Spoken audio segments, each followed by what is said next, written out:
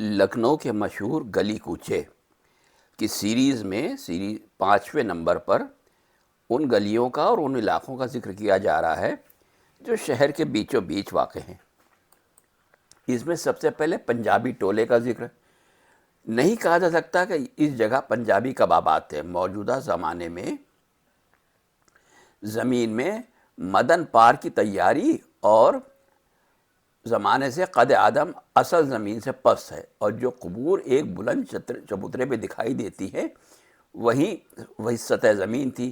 یہاں امام باڑہ آصف الدولہ کے اینٹوں کا ذخیرہ تیار رہتا تھا، اس لیے زمین کی ضرورت مندوں نے کھود کھود کر راکھ استعمال کرنا شروع کی، اور مزار شیر خان فقیر کا کہا جاتا ہے جہاں لو کے مریضوں کا علاج کیا جاتا تھا، اور مزار کی برکات سے محلہ ہیضے سے ہمیشہ محفوظ رہتا تھا اور آسمانی بلائیں اس محلے سے دور رہتی تھی۔ اس کے بعد رستوگی ٹولہ بہت پرانا محلہ اور مہاجنوں کا اڈہ ہے۔ 2 پھاٹکوں کے بیچ میں سارے مکانات آ کر ایک قلعے کی طرح محفوظ ہیں اور پرندہ یہاں پر نہیں مار سکتا۔ اسی میں وقت فرخندہ بخت ہیں۔ شہزادہ فرخندہ بخت فدا علی مرزا حضرت محمد علی شاہ بادشاہ کے فرزند انجمن تھے، اور ان کی صاحبزادی کا نام پوتی بیگم تھا، یعنی بادشاہ کی پوتی۔ باپ اور بیٹی نے اپنی جائیداد وقف کر دی تھی، جس میں ایک شاندار امام باڑہ تھا جو 1925 میں جج کی تجویز سے جگموہن داس کے قبضے میں آیا، اور مرزا محمد سجاد علی خان استاد بانک نے اپیل کی، مگر سرمایہ نے ساتھ نہ دیا، اور جائیداد جدید عمارت کی صورت میں آ گئی، یعنی امام باڑے کی جگہ پر عمارت بن کے تیار ہو گئی۔ راجہ کا بازار یا راجہ بازار یا بازار راجہ، نواب آصف الدولہ بہادر نے شری ٹکیت رائے کائس سریواستو کو عہدہ دیوانی سپرد کیا تھا۔ راجہ کی لائف بزبان اردو منشی لال جی نے 1910 میں نول کشور پریس سے چھپوائی تھی۔ بازار اور تالاب ان کی یادگار اس وقت موجود ہے، اور جہاں تک تاریخ اور مشاہدے سے مدد لی جاتی ہے، اس بازار کی آبادی نوابی سے آج تک ایک حالت پر باقی ہے اور کبھی ختم نہیں ہوئی۔ اس ویڈیو میں آغا میر کی ڈیوڑھی سے شروع ہو کر راجہ بازار دکھایا جا رہا ہے۔ یہاں پر علاوہ ہر چیز کی دکانوں کے صبح کو روزانہ پھل اور ترکاریوں کا بازار لگتا ہے، اور رستوگیوں یا دوسرے اہل محلہ کو منڈی جانے کی ضرورت نہیں پڑتی۔ سال بھر کے بعد عشرہ محرم سے پہلے اور کچھ روز چاند رات کے بعد ایک یہاں تعزیہ اور ذریعے سحرے ہدیہ ہوتے ہیں۔ خصوصاً 29 ذی الحج کو 4 بجے دن سے تعزیوں کے سلسلے مسلمانوں کو وہ مجمع ہوتا ہے کہ راہیں بند ہو جاتی ہیں اور سواری گزر نہیں سکتی۔ تعزیوں کا ہدیہ ہونا بھی بازار کی بہت پرانی خصوصیت ہے۔ شکر کے بتاشے جو شادی بیاہ کے موقع پر یا کبھی میلاد شریف میں تقسیم ہوتے ہیں، راجہ بازار میں صرف ہندو بنانے والے شہر بھر میں پہنچاتے ہیں۔ یہ حلوائیوں کے لیے کہ یہاں نہ بنتے ہیں بلکہ یہیں سے بتاشے سپلائی ہوتے ہیں۔ مغل صاحب کی محل بہت بڑی ڈیوڑھی تھی۔ اس خاتون کے بعد حالات اور شخصیت کا سلسلہ ان کے امام باڑے کے سلسلے میں اپنے مقام پر ہو چکا ہے۔ شوہر ان کے نواب مجاہد دولہ انقلاب سلطنت کے بعد صدمے میں آوارہ وطن ہو گئے اور عراق میں انہوں نے دوسرا نکاح کر لیا۔ مغل صاحبہ عورت ہو کر اپنی ساری جائیداد کا انتظام خود کرتی تھی۔ رات کو چوکیداروں کا پہرا رہتا تھا۔ حاجی مہر علی بمبئی کے بوہرے مجاہد دولہ کے مختار تھے، وہی ڈیوڑھی کے حکم احکام کی تعمیل کرتے تھے، اور مجاہد دولہ کی ذاتی جائیداد پر ان کی اولوالعزمی سے قابض بھی تھے۔ ان کی محل کے سامنے جب کیننگ اسٹریٹ نکلی تو ہزارہ مکانات کھد گئے۔ 50 سال پہلے تک اس محل کی عمارت موجود تھی۔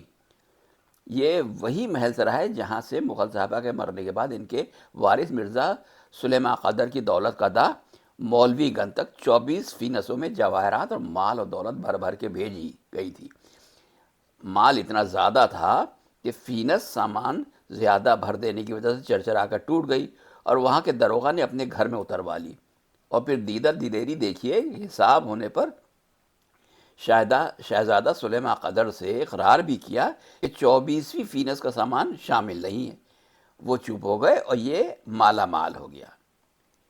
یعنی جو رئیس ہوا کرتے تھے ان کے بڑے دل بھی ہوتے تھے کہ ان کو معلوم ہوا کہ یہ سامان اتار لیا گیا، اس کے باوجود انہوں نے اس کو نظر انداز کر دیا۔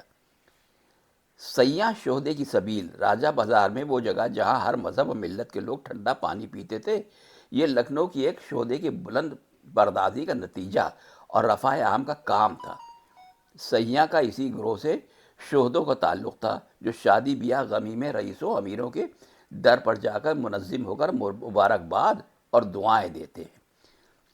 ایک دعا کرتا ہے اور سب بیک وقت آمین آمین کہتے ہیں، اور جب خوشامد اور حسن طلب سے کام نہیں چلتا تو پھپتیا کہہ کر اور برا بھلا کہہ کر بخشش کے خواہش مند ہوتے ہیں۔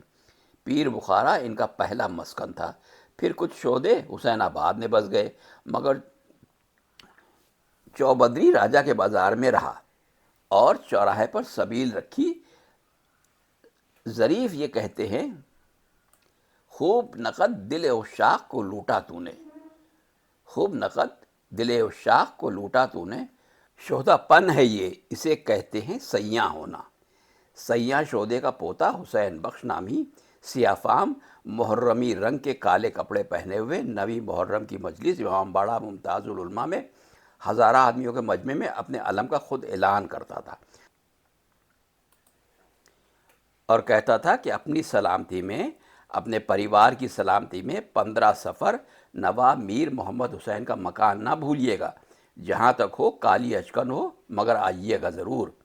علم ڈیوڑی آغا میر سے اٹھ کر درگاہ حضرت عباس جاتا تھا۔ کوئی امیر اور رئیس ایسا نہ تھا جو شریک نہ ہو۔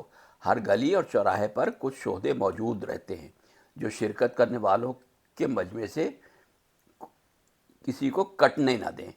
اس کی خوشی یہ تھی کہ سارا مجمع سیاہ پوش اول سے آخر تک شریک رہے۔ سیاح شہدے کی سبیل کے سامنے شکر کے بتاشے اور کھٹیاں بنتی ہیں اور دور دور سے گاہک آتے ہیں۔ مٹیا پوج میں لکھنؤ کے صاحبان کمال کا ذکر ہو رہا تھا۔ بعض حاضرین نے مجھ سے کہا کہ لکھنؤ کے آخری دور میں یہاں بنوٹ کے جاننے والے حسین بخش رہتے تھے جو اپنے کمال میں جواب نہ رکھتے تھے۔ راجہ ٹکایت رائے کا مکان بازار راجہ کا سب سے بڑا مکان، جس کا آدھا حصہ مدرسۃ الواعظین کی عمارت کی صورت میں موجود ہے، پھاٹک راجہ بازار میں اور پچھواڑا کیننگ اسٹریٹ پہ ہے۔ نہر، تہہ خانہ، دیوان خانہ، پرانے نقش و نگار کے در و دیوار، بغلی سہنچیاں، غلام گردش، نوکروں چاکروں کے کمرے، لق و دق صحن، زمین میں لکھوری اینٹوں کا فرش پہلے تو بعض گلیوں میں بھی تھا مگر اب صرف اس مکان میں باقی ہے۔ کئی اشخاص کی ملکیت میں رہنے کے بعد مدت سے مدرسۃ الواعظین کے استعمال میں ہے، اور زمانہ نوابی کی یہی ایک عمارت ہے جو باقی ہے۔ منشی کالی پرساد نے بھی راجہ کے ایک مختصر لائف لکھ کر چھپوائی تھی۔ راجہ ٹکایت رائے کی مسجد، راجہ کی مسجدوں کا حال اس تاریخ کے اوراق میں بارہا آ چکا ہے۔ راجہ بازار میں بھی ٹکایت رائے کی ایک مسجد اوسط درجے کی موجود ہے جو عمارتی تبدیلیاں ہونے میں رستوگی ٹولہ کے ایک گوشے میں آ کر رہ گئی۔ یہ مسجد 1206 ہجری کی تعمیر ہے اور بڑے خوشنما حرفوں میں سفید پتھر پر محراب پر کچھ آیتیں تحریر ہیں۔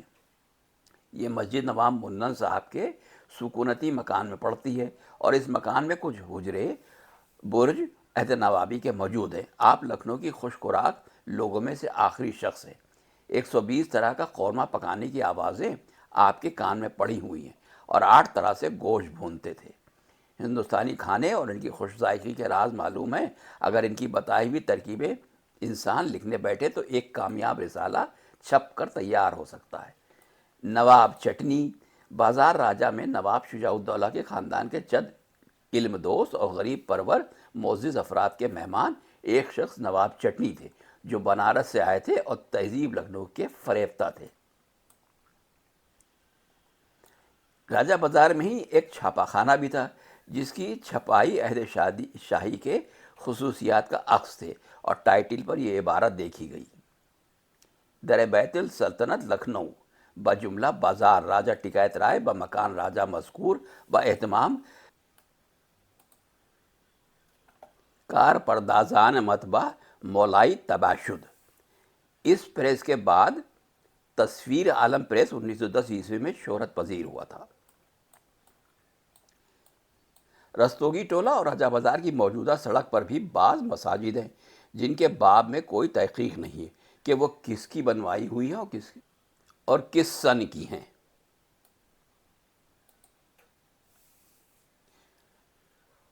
منشی عبدالستار سندیلوی عہد آسوی کے خوش نویسوں میں سے تھے، یعنی کیلیگرافسٹ تھے، اور ٹکایت رائے کے یہاں نوکر تھے۔ کاکوری کے قریب پل پختہ جو راجہ نے بنوایا تھا، اس پر ان کے ہاتھ کی لکھی ہوئی تاریخ سنگ مرمر پر کندہ ہے۔ ٹکایت رائے نے اپنے باغ میں اجاگر طوائف کا جو مجرا کرایا تھا وہ تاریخی واقعہ ہے۔ فینس والی گلی، اس نام کی 2 گلیاں لکھنؤ میں ہیں جہاں پالکیوں کی مرمت، رنگ سازی، نئی اور پرانی فینس بکتی بھی تھی، اور جب فینس کا عام رواج تھا تو نئی فینس خریدنے کے لیے وہ 2 مقام تھے: مالی خاں کی سرائے اور فینس والی گلی، اور راجہ بازار میں فینس والی گلی۔ اسی راجہ بازار میں فینس والی گلی بھی ہے۔ یہ فینس عموماً ہلکی اور رواں اچھی سمجھی جاتی تھی، جو کبھی دوہری کھڑکیوں کی بھی فینس ہوتی تھی، اور بہترین فینس گورکھپوری ہوتی ہے جو لکڑی میں بھی عمدہ ہے اور اس کے ڈنڈے یا بانس علیحدہ ہو جاتے ہیں۔ گورکھپوری فینس کا وہ لوہا جس میں ڈنڈے پھنسائے جاتے ہیں بہت مضبوط ہوتا تھا۔ لکھنؤ میں فینس کی سواری اور فینس کو اٹھانے والے کہاروں کی اصطلاحیں بھی مقرر تھیں۔ اگر چھوٹا لڑکا الٹے ہاتھ کی طرف ہو اور اس کو جھڑپ سے بچانا ہو تو شکاری بائیں کو پھسلن میں کہیں گے پاؤں بھر کے۔ اور ایک صاحب بیان کرتے ہیں جنہیں اپنی جوانی کے زمانے میں 2-4 کوس پالکی میں سفر کی نوبت آئی، اور غور کرتا رہا کہ اس منزل پر دیہاتی کہاروں کے اشارات یاد رکھنے کے قابل ہیں۔ ایک مرتبہ بھری برسات میں کئی کوس فینس میں گیا، راستے میں پانی ملتا تو کہار کہتے جل تیاری بائیں کو، کسی مویشی کے پاس سے گزرتے تو کہتے ہررا، اور کوئی گنوار راستہ تنگ میں مل جاتا تو کہتے بولتا باواں، یعنی انسان ناطق دست چپ پر ہے۔ میرے مغز کے بس اڑاؤ نہ کیڑے، میرے مغز کے بس اڑاؤ نہ کیڑے، سناؤ اپنی یہ بولی کہارو۔ فینس کی سواری اترنے کے بعد فینس پر گرد پوش ڈال دیا جاتا، اور اگر زنانی سواری ہوئی تو پالکی میں 2-2 عورتیں بھی بیٹھ جاتی، فینس پر چھٹکا پڑا ہوا، اور کبھی صرف ایک کامدار دوپٹہ پردے کے بیچوں بیچ میں جھانکنے کا ایک گوٹدار چھید، اور جن کو پردے کا زیادہ ذوق ہے وہاں فینس پر خوبصورتی کے ساتھ آڑی ترچی ڈوریاں کسی ہوئی ہوں۔ کہاروں کی یہ سوجھ بوجھ کہ 2 عورتیں ڈولی میں بیٹھ جائیں تو صاف کہہ دیں کہ دوہری سواری ہے۔ ایک لڑکی ایک عورت ہو تو کرایہ لیتے وقت کہیں ڈیہڑی سواری ہے، اور دوست احباب کے گھروں کا فاصلہ کہاروں کے کرائے سے ڈولی سے دریافت ہوتا تھا۔ ذرا گھر کو رنگین کے تحقیق کر لو، یہاں سے ہے کئے پیسے ڈولی کہارو۔ یعنی اگر کسی کے گھر کی دوری کا اندازہ لگانا ہو تو کہاروں سے جو کتنا کرایہ مانگتے ہیں اس کرائے کے حساب سے اندازہ ہو جائے گا کہ کتنی دوری پر کون مقام ہے۔ سواری منگوا دو، عورتوں کی زبان میں ڈولی کو کہا جاتا تھا۔ جان صاحب کہتے ہیں ساس نندوں کی محبت میں میں قربان گئی، ساس نندوں کی محبت میں میں قربان گئی، جاؤں میں کہ مجھے منگوا دو سواری مرزا۔ چاہنے والے مرد عموماً ڈولی کے ساتھ عورتوں کے ساتھ چلتے تھے۔ ساتھ رہنا پری خانم کے وہ سائے کی طرح، ساتھ رہنا پری خانم کے وہ سائے کی طرح، عشق اگر ہوتا تو ڈولی کے برابر چلتا۔ ڈولی کے کرائے کو لکھنؤ کی ٹکسالی زبان میں مرد عورتیں کھاری کہتی۔ یہ تھا راجہ بازار کا ذکر اور راجہ ٹکایت رائے کے گھر اور ان کے بنائے ہوئے مقامات کا ذکر۔